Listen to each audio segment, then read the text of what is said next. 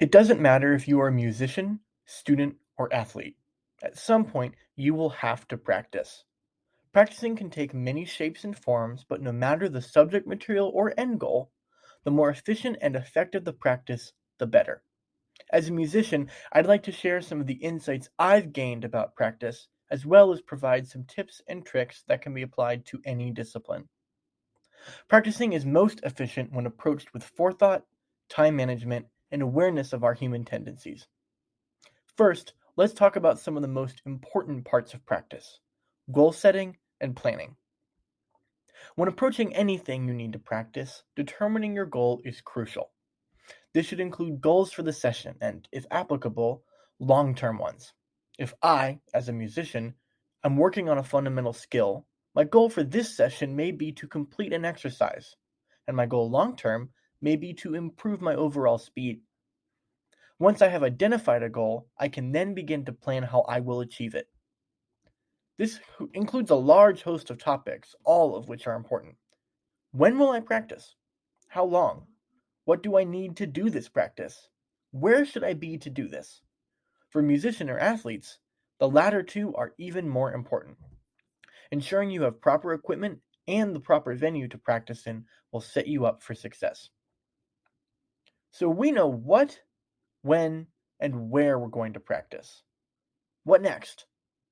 Let's talk about how. This speech will not be able to cover every single practice technique, but I hope I can share ones I have found to be beneficial. Firstly, unless you're using your phone for your practice, put it down and away. Once you get into the zone, looking at your phone will pull you right out. In fact, I put my phone down and away after setting a timer for whatever I'm practicing. This way, I know I won't run over or shortchange what I need to be doing, and I won't look at my phone until the timer goes off. By doing this, I can give maximum focus for a short time. We, as humans, can't focus for excessively long periods, so finding a good balance between work and break is crucial. Taking breaks will not only allow you to practice for longer, but it will make sure that the practice you are doing is high quality. I recommend 25 minutes of practice to a 5-minute break, but find what works for you. When my timer is set and I'm practicing, I start slowly. For musicians and athletes, it's important to build strong fundamentals. Learning a new drill or piece should come with proper execution. By using a metronome or running the drill at a slower speed, I can ensure that my practice will yield results. For musicians, starting a metronome very slow and bumping it up a few clicks every few reps will very quickly build a skill. In such a short time, I cannot cover every practice tip, so experiment. Ask others what they use.